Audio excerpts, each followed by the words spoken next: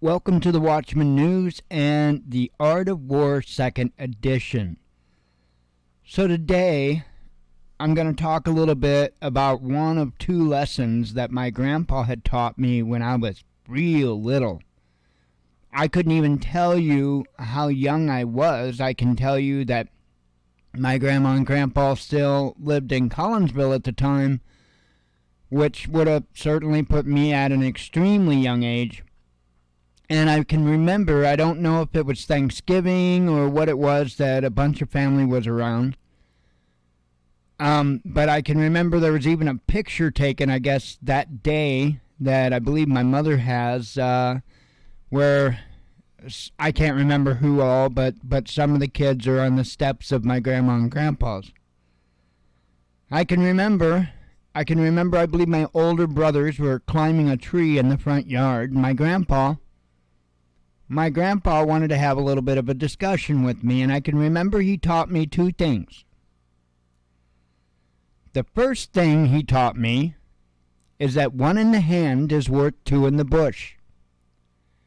And I have actually carried that throughout a large part of my life. I have watched me strive to be greedy and lose everything as a result. Everything that I had gained, I had lost by being greedy. And so I started to use my grandpa's advice, and guess what? I stopped losing everything. Well then, there was another thing he told me that day, and this one I'm probably not going to be able to repeat word for word. But it was something to the effect of, you shouldn't gamble, but if you do, only gamble on what you are absolutely positive is a sure bet. Okay. That bit of advice I actually took to heart right away. And I never was one for gambling. In the past I bought a few lotto scratchers. I bought a few quick pick numbers, But it's not something I'd ever been in the habit of doing. It's not something I would get into the habit of doing. I'm just one of those that, oh wow, the jackpot's that big? I'll go throw a couple of bucks in. But it's not very often at all. And I don't expect anything from it other than wasting a couple of bucks. I tell you that to explain to you a little bit of a different topic, but I want to talk about competition. And I want to talk because I see competition in a sense kind of like gambling. And maybe I need to define what I'm talking about competition with a little bit more. So you'll find more often, way more often than not, in society, when people get involved in a discussion or an argument or a debate or whatever label you want to put on it, it's not really a discussion. It's not really intended to enlighten one another. It's not really intended for anything other than a competition. I'm right, you're wrong. And that is largely what a lot of these arguments and debates are. They're not true discussion. They're just basically people trying to puff their chest up. Looky at me. Looky at me. I had a rule. I'm such a horrible parent. I had a rule. Everybody got a say. In my home, it was not going to be ran by who or he who has the loudest voice wins. No. Because when you go raising people that way, when you go allowing people to act that way, you are creating a monster. You are creating somebody that thinks they can just go and run over anything and everything that somebody else says, and that's okay. That they are entitled to that they have a right to that. And that's not true. That's why it's very important, in my opinion, when you raise kids, that you make sure that they understand it's not he who's loudest wins. Everyone gets to say. Everyone gets a seat at the table. I have talked before about how I avoid competition, and I do. I avoid competition 99.9% of the time, and I'll avoid it with everything I got. Why? Because competition has only shown to do one thing to me in my life, and that's create enemies. I ask people not to compete with me. Don't ask me to compete with you. It is what it is. And if it's something that I don't know how to do, or I know very little or nothing about, I won't take up the competition. In fact, I'll forfeit. But I'll even go further than forfeit. I'll ask, what can you teach me? Because, see, I'm not out here trying to compete against other people as to who's right, who's got the bigger channel, who's got the more flashier whatever. I'm not into that. I'm not here for that. I'm here to bring you guys honest information. The moment that I make anything about this channel a competition, every one of us loses. Every one of us loses. That's why it's not been about that. That's why it will never be about that. I don't care if I have 1 subscriber, 1,000 subscribers, or 1,000,000 subscribers. It doesn't matter. That's not the point. The point is to gather people with the eyes to see and the ears to hear, and to try to provide them with as accurate and detailed information that I can. There's no competition there, nor will there be any competition put there. But I do wholeheartedly try to avoid it, because I have to say it's not fair. If I am willing to take somebody up on a competition, I guarantee you it's not a fair fight. I promise you it's not a fair fight.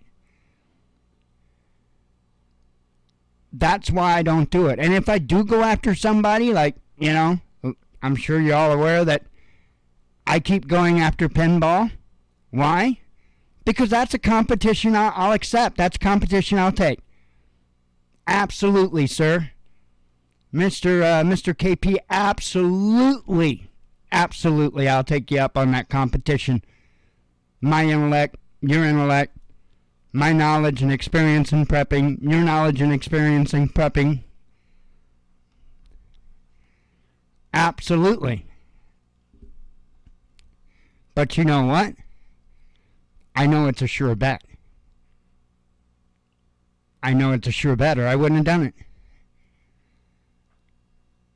Very important, critical lesson that my grandpa taught.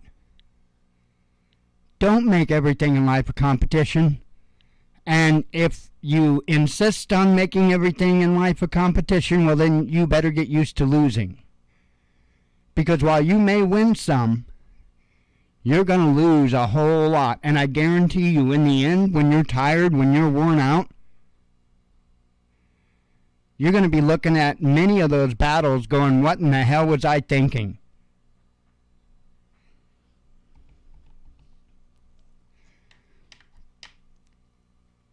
I have to have a special level of disgust for somebody before I'll be willing to compete.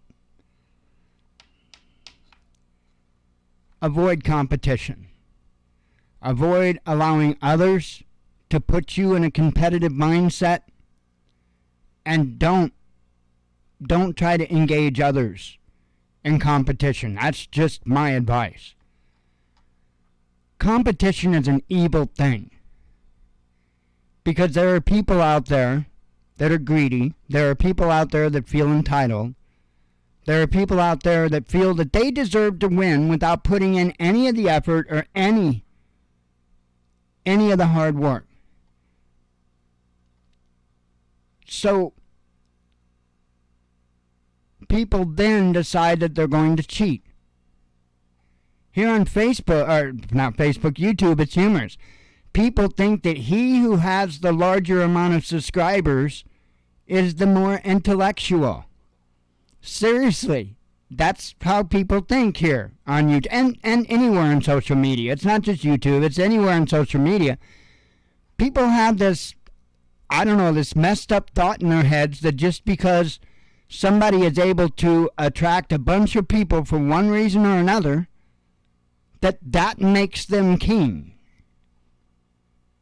And the truth of the matter is, if people listen to their own heads about the different things going on the different social media platforms, like how they encourage the negative, the bad stuff, and how they try to censor and eliminate the good stuff, and then those people will in turn go and pander to these YouTube channels or whatever. I don't know the other platforms, Instagram, all that good stuff. I don't know how those are set up. I'm not interested. But, you know, the thing of it is, everybody thinks that because that person's getting so popular so quick, well, they must know what they're talking about. And then out of the other side of their mouth, they're talking about how social media is socially engineering people. And it's like the two thoughts never meet. Maybe these people that are allowed to flourish so much on social media are allowed to flourish on social media because in reality they don't know shit.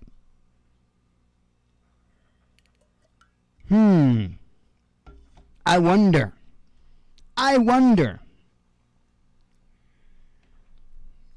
Stay away from it. I mean, that's my advice. Competition is an evil thing. We were brainwashed with competition to get us to limit ourselves. Don't believe me? How many major political parties are there? How hard is it to get anybody to think beyond those two major political parties? How many teams play when there's a football game? How many teams play when there's a baseball game? How many teams play when there's a soccer game? 2, you say? So you get a choice, one out of 2, and those 2 choices are provided for you, and you're told to pick one of the 2, and you're good with that. If you're good with that, congratulations, you've been brainwashed into competition. Because there should be a whole hell of a lot more than 2 people standing up for you to vote on. Not 2 jackasses picked from 2 extreme political ideologies, neither of which have a damn bit of interest in improving your life.